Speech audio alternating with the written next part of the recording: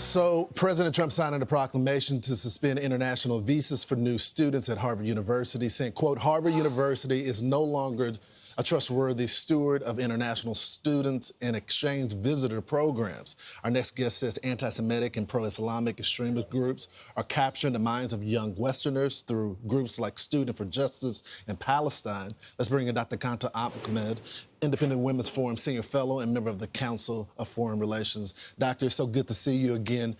Explain to me, I covered these college campuses for a while. I went there and heard them say, from the river to the sea, a free Palestine, calling for a global intifada, denying what happened on October the 7th. A lot of them are ignorant, but some of them know what they're saying. What are we seeing right now? So for decades, political scientists have been writing about the Red-Green Alliance, the alliance of Marxism or communist ideas with Islamism, radical Islam. And that's been written as political theory, but in the United States now we're seeing it fully operational. These are groups that are united around anti-globalization, anti-capitalism, anti-colonialism, which they translate as virulent anti-Semitism. The groups are exploiting students that are on campus, they're exploiting the digital space and social networks, and it's turning into political violence, as we saw in Boulder, which immolated, burned alive American citizens who were Jewish. Explain to our audience the difference between a Muslim and an Islamist, because some people see their neighbors, their Muslim neighbors, and they don't believe in this stuff, but they see the Islamists marching in the middle of the street calling for the global intifada. So what is the difference between the two? So I'm a Muslim. A Muslim follows the faith of Islam, which is very basic, 5 basic beliefs: believing in one God, serving community, fasting, going to Mecca, the Hajj is this week, giving money to charity. An Islamist is a 20th century belief system, the Muslim Brotherhood. They are anti-democratic. They're looking to have a perpetual war against Western civilization.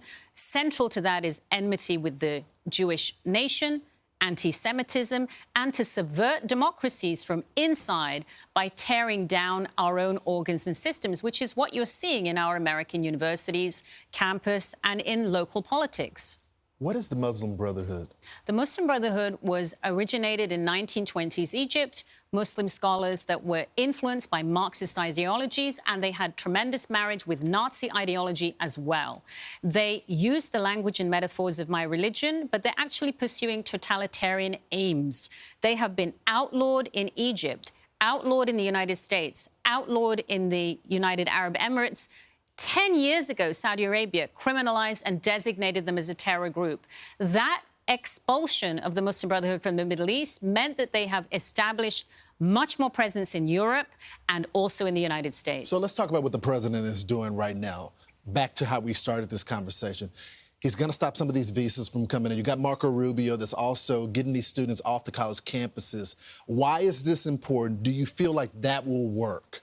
So I understand the travel ban that's been announced today. It'll have a precedent because the Supreme Court upheld a ban similarly in 2018, is to keep out areas where there is no ability to vet the population. There's tremendous terrorism, whether it's Boko Haram, Al-Shabaab, ISIS, other operatives, and declared state sponsors of terror, Iran, Cuba, similar countries.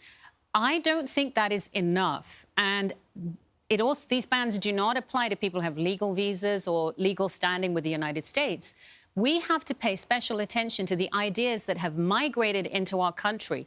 They don't cross borders. They're in digital spaces. They're in protest groups that look like they're democratic. They're using non-radical methods. It's normal to protest in the United States to expand radicalization. And that we have to come out of that political denial and understand Muslim Brotherhood strategies, Marxist strategies. These are not cultural. These are operational. These are politicized, and these are here.